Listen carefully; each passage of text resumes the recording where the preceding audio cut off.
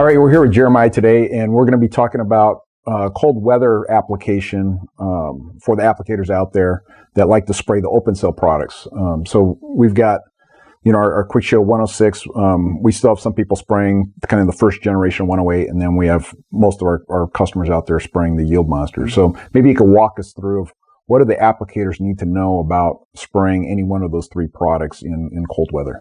So open cell is the cutoff point on the low ends is a lot more strict because open cell, the reaction is taken out so quickly in cold weather. So our cutoff points are pretty strict. We have 30 degrees. That's what we recommend. Most guys won't even spray that cold. They have like a 30 degree requirement. If it starts getting that cold, they're not going to spray open cell, period. And we agree with that. But if guys are, our point is 30 degrees on our cutoffs on 106 and 108 together.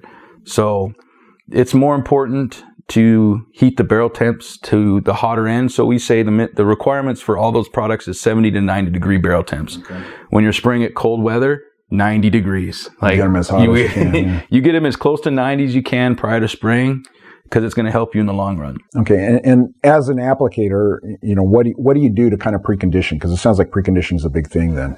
Once again, like in the cold weather, making sure those barrels aren't sitting in unconditioned spaces for long periods of time. So when you get it on your rig and take it to the job site, it's not 55 degrees. So the warehouse that you're actually storing the material in isn't sitting at 30 degrees exactly. or 40 degrees. You have a hot box, as a lot of guys call it or have it, where your product is set at a 70 degree temperature all the time. Or you keep it in a conditioned warehouse to where it doesn't get below 50 degrees for prolonged periods of time. Because a lot of guys know you get a 50 degree barrel, you take it to the job site, that's going to take you 2.5 hours to heat up depending on your heater size. It could take 1.5 hours to 2.5 hours to heat up when it's that cold, because getting from 50 to 70 is hard because that product's, the viscosity of that product's thick. So it's moving through your heater slowly until it starts to warm up. Once you hit 70, it starts to the viscosity really starts to thin out and it starts to move faster. So once it hits 70, it will go to 80 faster and get to 90 faster, but trying to go from 50 to 70 is hard. It's a big leap. Yeah. 70 to 90 is not that. No, not so bad. Once it starts to thin out, it starts to move and warm up quicker. But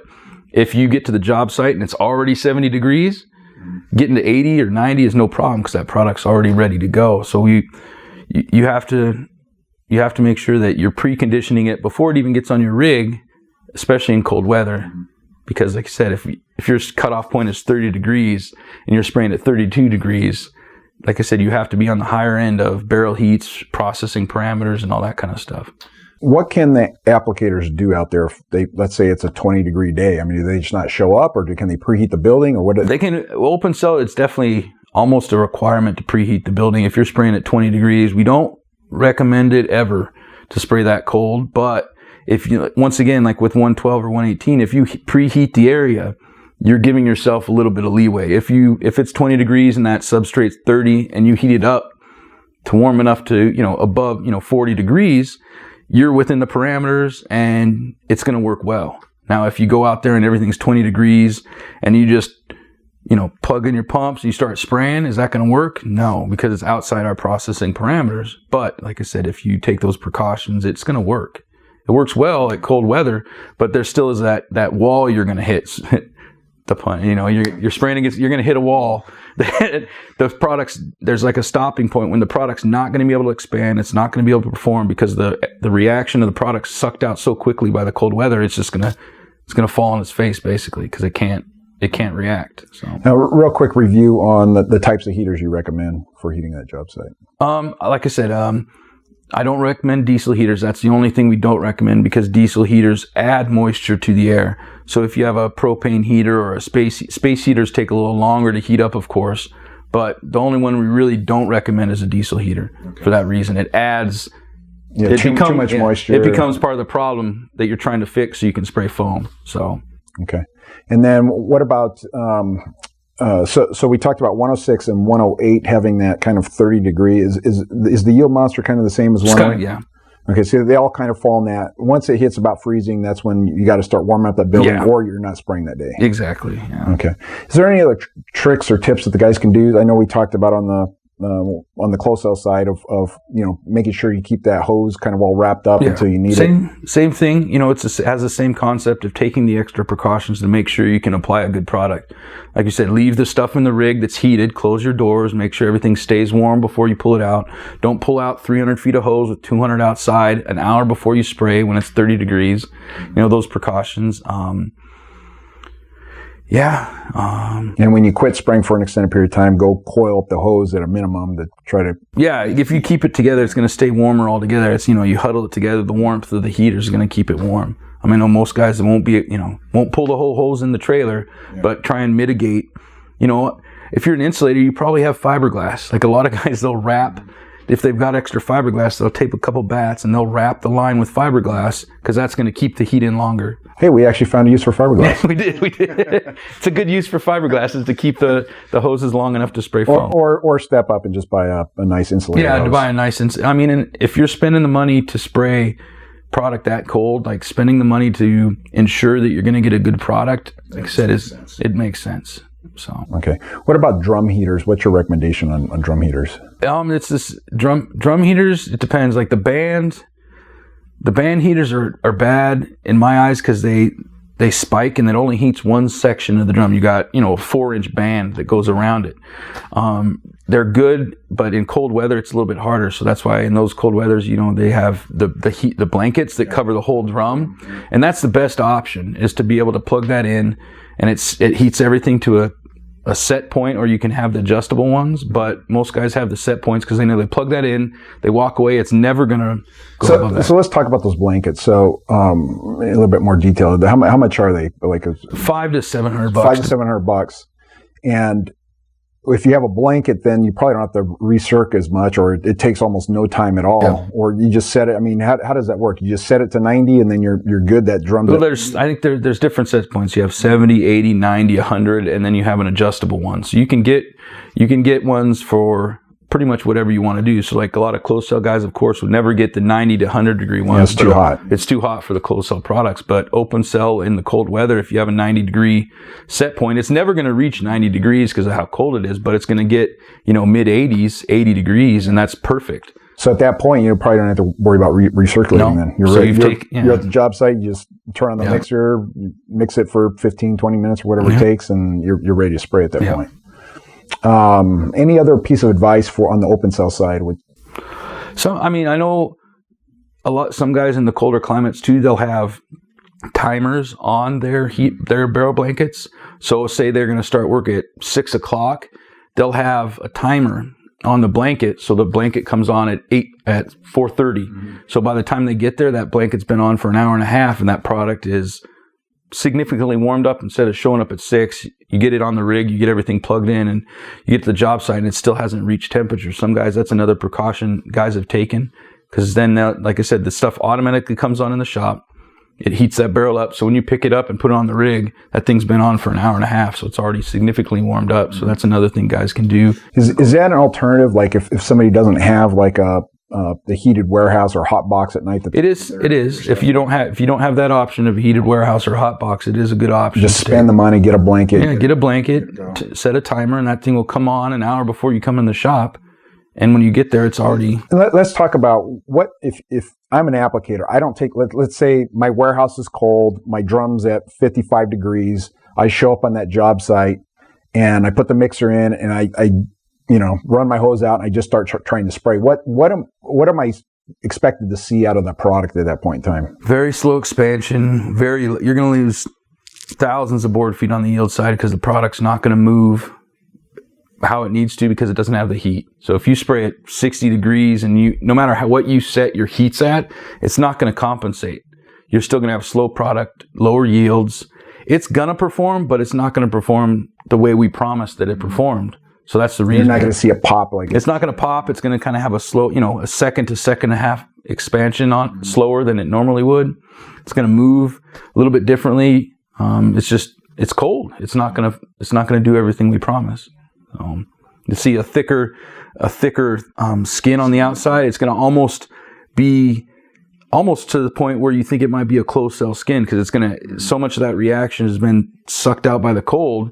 and the barrels and nothing, the delta T of the machine and the barrel temperatures are working against you to create a product that is sufficient for that application. And if I'm spraying against maybe a substrate that's a little too cold, and what am I going to start seeing the setback a little bit more? What do you typically see when you're spraying a substrate too cold? You're not going to see it from the outside. What happens when you're spraying too cold a substrate? If you were to cut open, say we take a sample of the wall and we cut it open, you're going to see separation against the layer of the substrate and the foam itself. You're going to see a thin, dense layer against the substrate, and then it's going to pull away, and you're going to see a void between that thick substrate and the actual field of the foam because it's taken so much reaction out.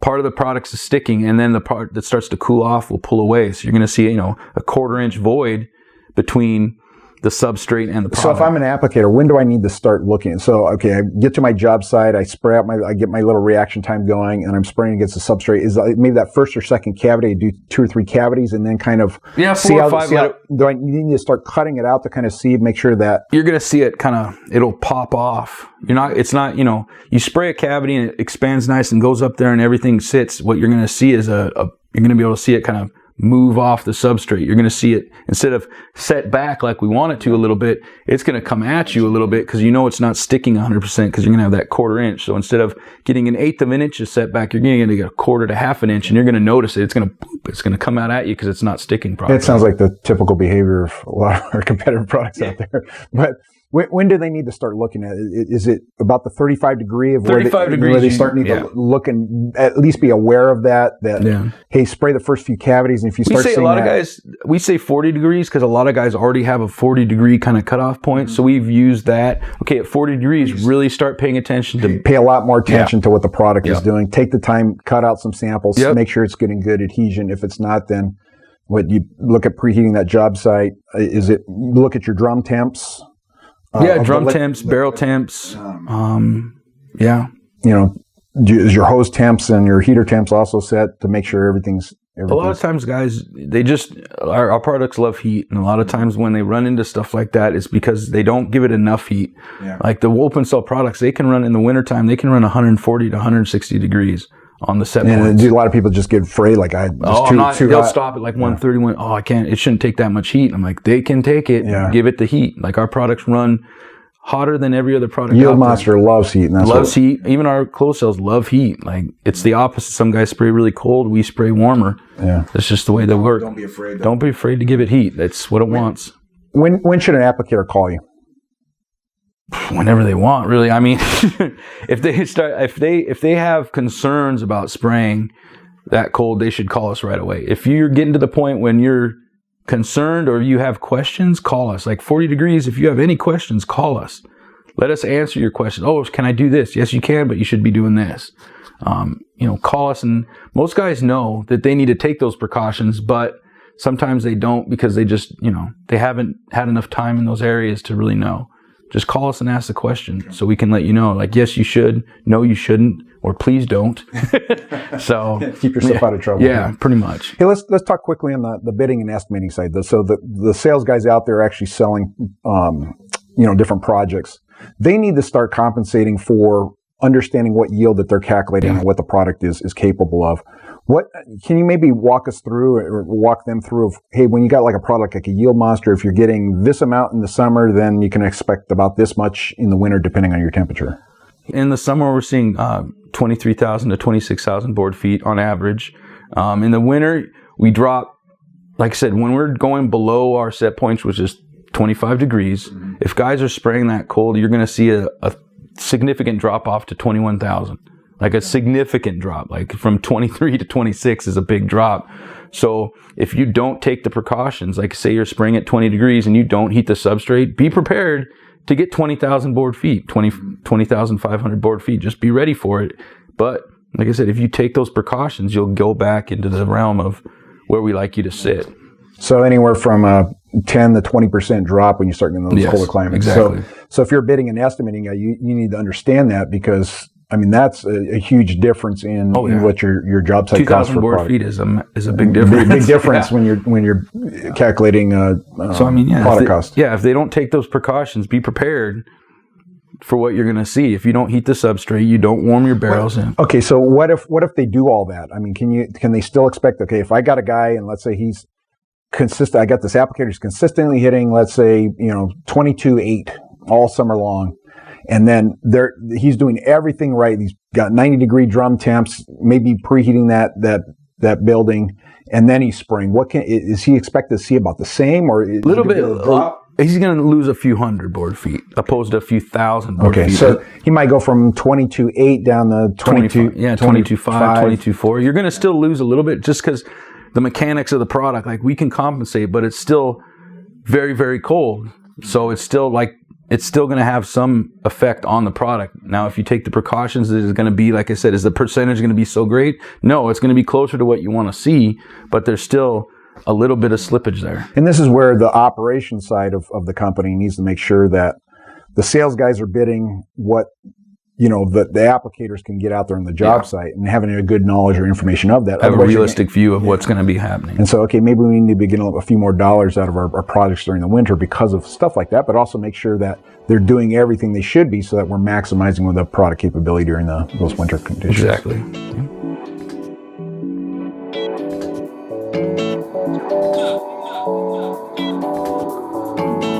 Yeah.